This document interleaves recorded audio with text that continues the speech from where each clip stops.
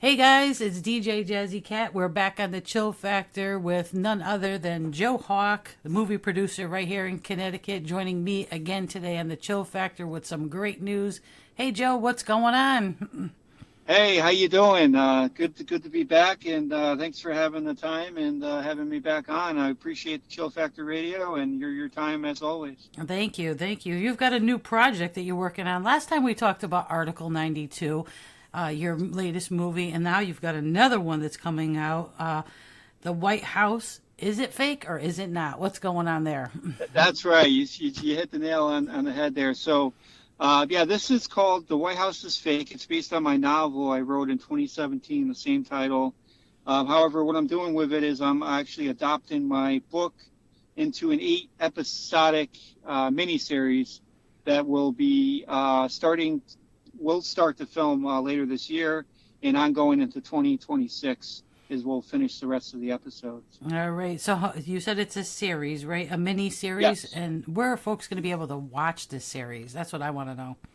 Yeah, so right now this is going to be considered a SAG Micro project, and within the SAG Micro, that means union actors. We'd also have non-union actors in it, but we have to follow their guidelines. And their guidelines for the SAG Micro is that we could only air it on AVOD, that's advertised video on demand, so we can't do SVOD.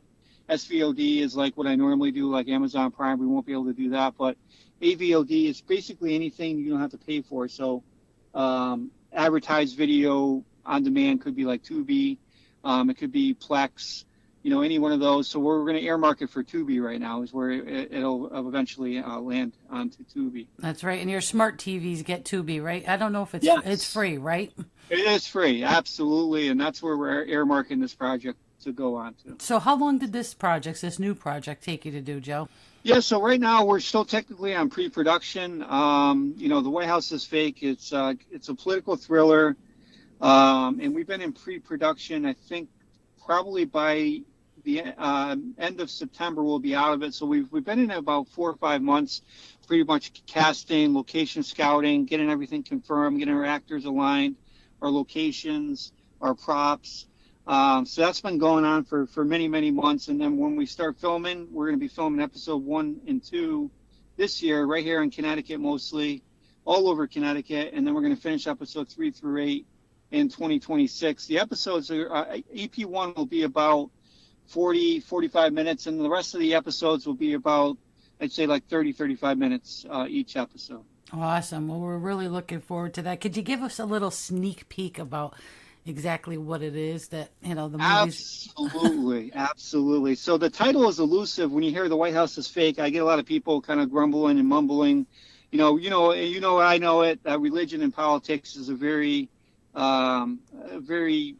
dividing point between friends, right? So it's not based on any particular person. It's not based on really anything. What I'm doing is I'm tying my fiction around an idea. So you might remember this, the listeners might remember this, but in 1957, Dwight Eisenhower, who was president at the time, he was a general before he became president, but they put an act together called the National Interstate Highway Act. And that time, they originally thought this could be for the military, but they changed it for civilians to build the interstate highway system. So what I'm doing is I'm tying my fiction around that, where I say, yeah, all right, we're going to be building all these highways. It's going to take, many, many, many years, many miles all across the United States. But at the same time, this is where the fiction comes out, is we're going to build an underground infrastructure, secret tunnels that the government will use. So that's kind of basically what it's about, is that in 1957, not only did Dwight Eisenhower do the National Federal Highway Act, which is real, what my fiction is that he invoked the Presidential Protection Act. And what that is basically part of what that is protecting the president. The real president, he's fake. There's a fake U.S. president, but he's real. I know it sounds confusing, but we'll get into what that is. It's basically about puppets. Politicians are puppets. And the person you vote for, well, he's really not the real leader. And that's what the Presidential Protection Act is. And what happens is in Alexandria, Virginia, this is where the setting of the film takes place. Nelson Conrad goes fishing. He sees a DOT truck parked on the side of the road. The guy's on his walkie-talkie. He's whirling his finger. Moments later, Nelson Conrad decides to double back. He hides in the brush. He looks down. He sees secret men coming out of a highway tunnel. they have a secret meeting, a limo pulls up. Then he sees the real U.S. president out in the middle of the open having a secret meeting under the highway. How intriguing is that? And that's kind of what basically how Nelson gets in trouble with the U.S. government, because he saw something he's not supposed to see. And that this is really where it begins. And that's really what the White House is Fake is about. Well, you just took me to another level. My eyes were everywhere. Absolutely. So it's got that political thrill. It's got that intrigue. And every episode, there's going to be a cliffhanger moment. You ever watch like a series where it just ends and you're just like, no, what's going to happen next? So that's how I end every one is in episode 1, Nelson Conrad has an official meeting with James Hutchison. He's the U.S. government. Well, he thinks he's a city official, but he really works for the U.S. government. And that secret meeting that happens while you're watching it, you as a viewer, you're like, oh, wow, what's going to happen next? It just ends that way. Every single episode will end that way, where you're like, wow, I need to see the next one immediately. You know, it kind of just brings you in. Sure, you want more of it. Action-packed, definitely. Yes. So are you going to be debuting this just like you did in Article 92 at theaters? Yes, we're going to have a big celebration. So we probably won't go on as high of a level on Article 92. I think we have like 4 premieres. We'll probably do maybe 1, maybe 2, and kind of celebrate it. Probably more Connecticut-centric because that's where we're, filming mostly. Like we're all over Connecticut. We're going to be in Tallinn, Connecticut. November 1st, we're actually shutting down the roads. Chief of Police in Putnam, where we're blocking Front Street, Route 44 on November 1st from 9 to 1. They're going to be putting a public statement out about that. And I have one of the roads is Route 44, so that needs state approval. So that was a huge red tape we had to get. That was approved by the Department of Transportation in the state of Connecticut. So the reason we're shutting down the roads is we're not flipping a car like we did in Article 92, but this story takes place in 1992. So I can't film where I have like modern cars. So I'm blocking the road because I'm putting the downtown scene, I'm putting 1990 era cars on the side of the road so it fits the story. That's the only reason why I'm blocking the road to do that. So from the 1950s to present, right? Well, we hint back at the 1950s. We don't really show any of that. We just hint back. That's where it started. But the story complete start to nuts takes place in 92 to 93 is kind of where we fit in the story. So like the Nelson Conrad, I ordered his Casio watch, some older clothes, some of the cop uniforms, right? We have those huge walkie-talkies. It's not the slim ones. The big ones. Today, right? Yeah. Sure. So, all that stuff is ongoing. And, we're filming, like I said, in Putnam, blocking the roads. We're in Old Weathersfield. That's where the epic highway scene will come about. We have a limo coming. We have a DOT truck coming. So we're basically Old Weathersfield. We're in Norwalk. We're in Farmington Library for the tense library scenes. We're in Putnam, like I said. Where else are we? Tallinn, Putnam, Weathersfield, Norwalk. I mean, we're just all over the place. It's we're in West Haven. Thanks to the West Haven Police Department, we're going to be filming inside the West Haven Police Department on November 2nd. So that's exciting. And then we're also going back to my roots. I'm a graduate at Watertown High School in the class of 2000. I'm actually filming at my high school. That was superintendent approved. We're going to be filming there November 22nd for the school scene. So that'll be interesting going back there. Very cool. Well, wow, you just took me down, memory lane. 92. That's almost 33 years ago. Wow.